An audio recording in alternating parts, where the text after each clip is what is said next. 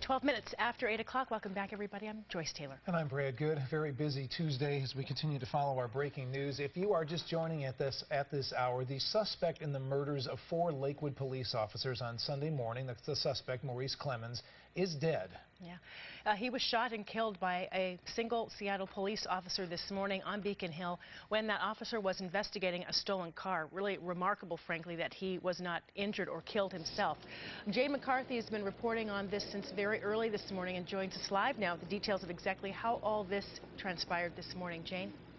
Well, good morning, Joyce. We are on South Canyon Street, and this is where Maurice+Clemmons was shot and killed by a Seattle police officer this morning. There is quite a police presence behind me still, and this started with a report of a stolen vehicle. You can barely see to the right of your screen there, about a block away, there's a car, a silver car with the hood up. That is, we're told, the stolen vehicle. It was stolen about 1:50 this morning, at least reported stolen at that time. So less than an hour after that, a Seattle police officer came across it. He realized it was a stolen vehicle.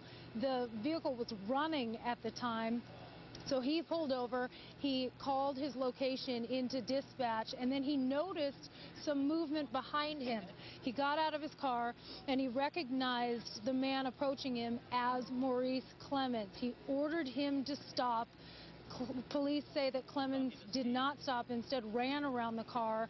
And the officer, we're told, ordered Clemmons to stop again. The officer then fired several rounds, killing Clemmons. Now, we're told Clemmons did have a weapon on him, that weapon belonging to one of the Lakewood police officers he's accused of killing on Sunday. Here's what Pierce County Detective Ed Troyer had to say. As you heard, the gun that was recovered from the suspect today was taken from one of the Lakewood officers after he was killed. And the suspect here does have a gunshot wound like we suspected, and it's an old gunshot wound. And I'm surprised that he managed to leave from that gunshot wound. The officer did a good job in Lakewood after that fight, getting a round off before he was shot and killed himself. We also are very happy that the Seattle police officer is alive. We know that this guy knows how to use a weapon. It's pretty evident by what happened down in Pierce County. Good thing that he wasn't able to get the gun out here, or we might have had a different ending to this whole thing. So the officer in Seattle did a great job of making sure that he went home safe tonight, because this sure could have easily turned out a little bit different if the timing was a little bit off, because we know our suspect is not afraid to shoot cops. Now, Detective Troyer says they have 3 people in custody right now. Those people are accused of aiding and abetting Clemmons over the past 2 days. Detective Troyer spoke about that in a press conference earlier this morning. We don't think anybody helped him plan this murder. What we think happened is that he's been bailed out of the jail. He's been released from prison.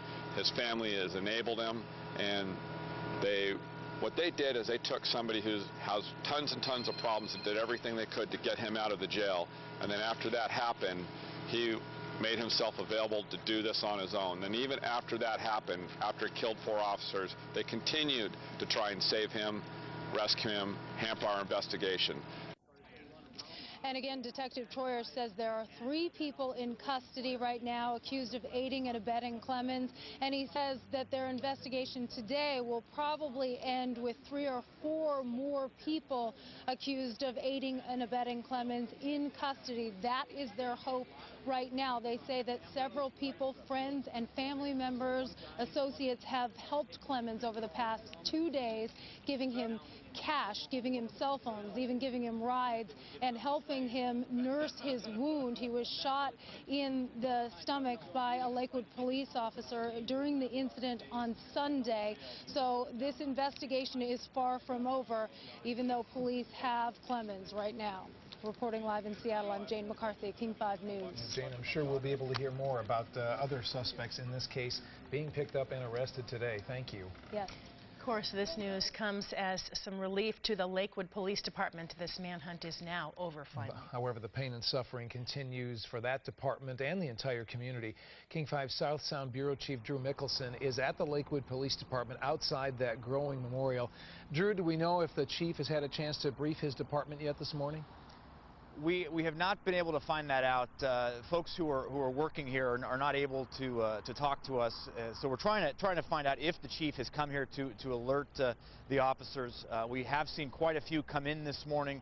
Obviously, the start of a day for a lot of folks. So the word is spread. I think it's safe to say. Whether or not they've spoken with the chief here, we're not able to confirm that yet. One thing we can confirm, though, is that this scene here at this police department is pretty impressive. People continue to come by here.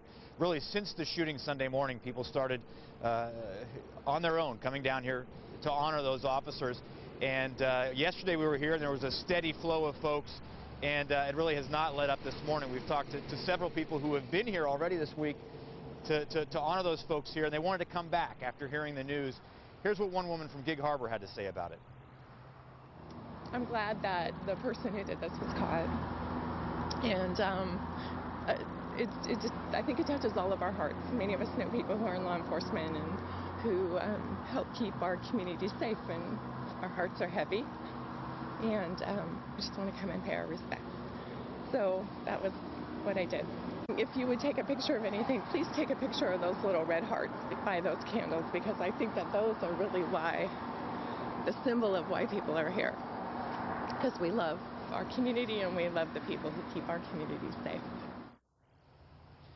We asked her what her feelings were about the shooting. What was her reaction? And she said it was bittersweet. She's glad that the families don't have to go through a long, drawn-out trial.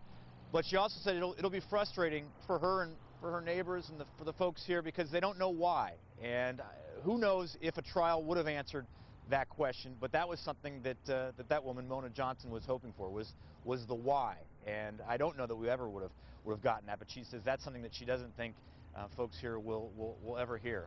We are hoping to speak with one of the officers from the Lakewood Police Department, specifically the union president, who spoke with us yesterday, very emotional about the fact that Maurice+Clemmons was even out on the streets.